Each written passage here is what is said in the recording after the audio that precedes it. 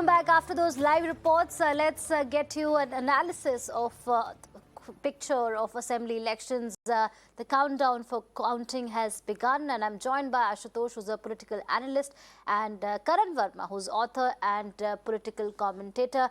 Mr. Verma and Mr. Ashutosh, thank you for making time and speaking to Mirror Now. We have been waiting for this day, barely a few hours to go before we know what happens, and this is being seen as the semi-final for 2024 elections. Very, very crucial states. The mandate is sealed, and tomorrow we'll know who will be the king, who will be the kingmaker or the giant killer. First to you, Ashutosh ji, what do you think? What is your assessment of how the voting has happened, and if you think that exit polls hold any value as per you? What is your sense of what's going to happen tomorrow? See, frankly speaking, about everybody has been talking about the Uttar Pradesh, what is going to happen in Uttar Pradesh, and I think this is one of the most hard-fought assembly elections, at least in my memory. And till the 7th poll, everybody has been saying that it's going to be a very, very tough, maybe the photo finish. But the exit poll is telling a different story altogether. Exit poll unanimously is saying that the Bharatiya Janata Party is going to form the government. And in fact, the two exit polls and the one post poll is clearly hinting that BJP is going to get more than 270 seats. Even the CSDS, which is one of the most prestigious organization and institution, has today came out with the data that there is a 8% gap between the BJP Gathbandhan and the Samajwadi Party Gathbandhan. Samajwadi Party Gathbandhan is getting 35% of the vote share, and the BJP is getting 43% of vote share. So 8% is a pretty large gap between the two political formations. But I still keeping my fingers crossed, and I think it's very difficult to predict. But in my opinion, what I've been saying for a very, very long time, that maybe Samajwadi Party has an edge over it. But since it's a very close contest elections, still difficult to predict, in my opinion. Though exit poll is saying something which is contrary to my opinion. Right. Karan, you have been defending the BJP very fiercely, and you're confident of a BJP victory in Uttar Pradesh. As Ashutosh ji said, yes, that Samajwadi Party is also looking very, very strong this time around. What is your sense?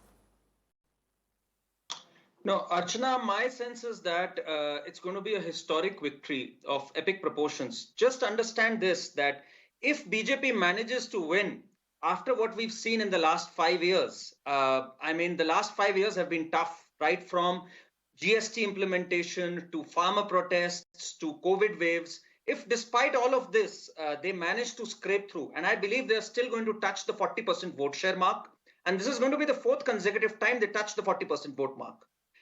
It's down to brass tacks. BJP set the narrative of this election, be it the law and order issue, or be it the face. Yogi Adityanath was there. They had the first mover advantage. They started campaigning early, and they have a well-oiled electoral machine, which is going to yield results.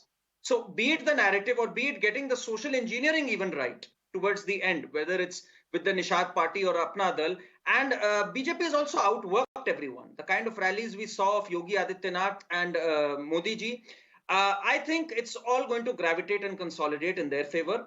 I don't see a victory as big as the last time, but I see a comfortable majority, which is huge by any standards, because it's going to be the first time we're going to see a re-election of a government in 37 years. So that's where I put my money on. Right.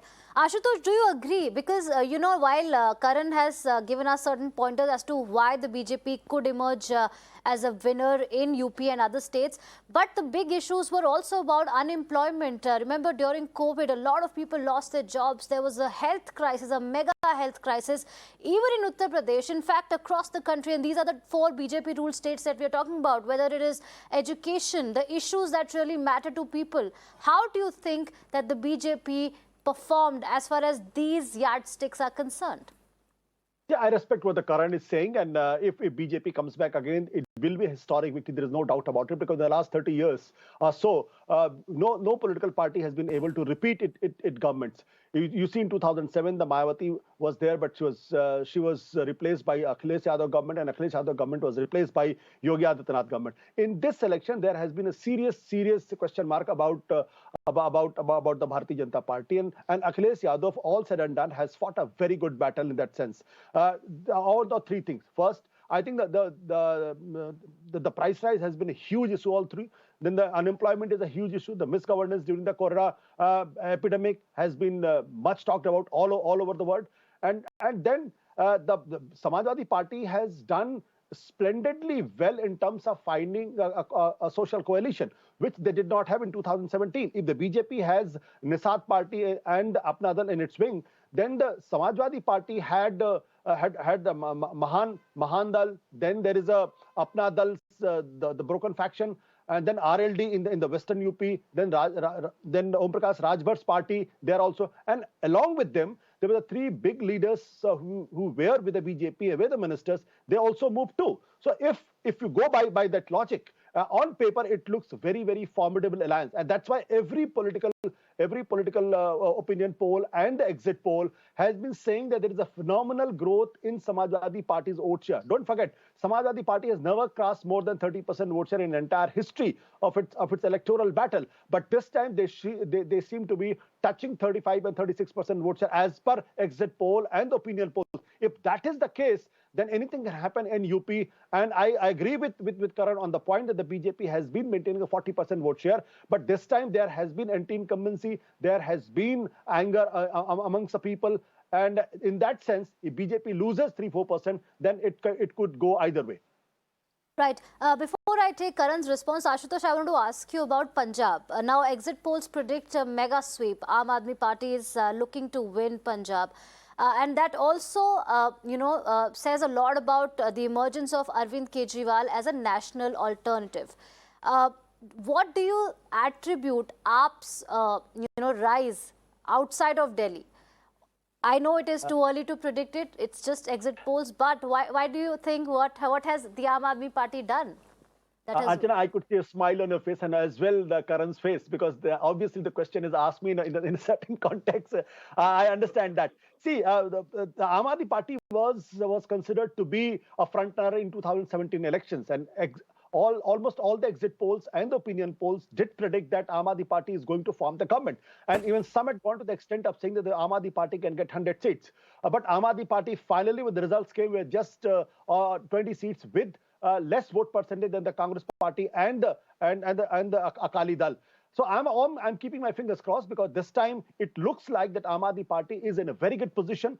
Congress Party is a divided house, and in fact I'm fond of saying that the Congress Party is fighting to lose the battle. They were so determined that they should lose this battle that it is astonishing. Otherwise, 3 months back, everybody thought that the Congress Party can form the government easily. Akali Dal again is a very entrenched party in Punjab politics, but they are discredited, and that's why they are doing so badly. I think that the Aam Aadmi Party can emerge and can surprise everybody. Either they will emerge as single largest party or form the government. Right. No, Ashutosh, to be honest, I just asked you, from the perspective of a political analyst, to be honest, no layers attached to that. No. Okay. I was talking in the lighter vein. Yes, I understand. And I'm glad this conversation.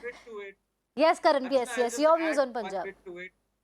I was a very big fan of the campaign which Ashutosh ji was at the helm of it, I know, in 2015. One of the best campaigns that we've ever seen. And he was scripting it along with the core team, I'm sure.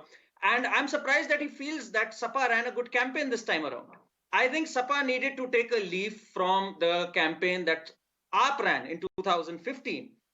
They had issues, they had narratives. Samajwadi Party this time around focused only on social coalitions, and they missed out the narrative. And when we talk about Punjab, again, it was AAP who set the narrative of Punjab, and others followed the suit. AAP hung in there, so did Bhagwant Mann. And when you hang in there and when you keep setting the narrative, people like the fact that you are genuine and credible. Pretty much the same way AAP made inroads in Delhi, they are going to make inroads in Punjab, and they are going to win big. I feel we are going to be grappling with two major headlines. Wonder which will dominate. Is it going to be the second consecutive term for Yogi, which is going to be the bigger headline, or is it going to be AAP having a clean sweep in Punjab? Or another headline that exit polls could be wrong, because exit polls predicted something else in West Bengal, and things were very different. So like I said, we'll have to wait and watch, because those headlines are going to be very dramatic and very different. But in the end, what we firmly believe is, yes, Ashutosh, please make your point. I think come what may, the Yogi government coming back will be bigger headlines. Okay. Okay. The point I was trying to make is that, yes, in the end, it should be people's issues that should be heard about, because a lot of political parties have made so many promises, but we are also talking about a critical point. When these elections were held during the pandemic, a lot of people lost their jobs, a lot of people lost their loved ones. They are staring at a dark future. So we'll have to see what these politicians eventually promise and deliver. Now, Punjab, I want to touch upon briefly on Congress's strategy. Now, Punjab is one state where Congress has been very strong. What is your view on them taking the Channi gamble right ahead of the elections, upsetting Sidhu, upsetting Captain Amrinder Singh? Was it? We'll have to wait and watch whether they win or not, and then, of course, in retrospect, it'll be easier to say that. But Ashutosh, first to you, do you think that decision to bring in Channi, Mr. Channi at the last moment, could be a very big factor? I think it was a very good move by the Congress party to get Channi as a chief minister, because it sends a very strong social message all across. And Channi being a Dalit, a 32% Dalit in Punjab, it was a very good move in that sense. But as I've been saying, that making Navjot Singh Sidhu as the party president in Punjab was a blunder. And when he offered his resignation, that resignation was not accepted by the Congress High Command. That was a bigger blunder in that sense. Because if Congress party is going to lose this election, the one person who should be made responsible for was Navjot Singh Sidhu, followed by other Congress leader in Punjab.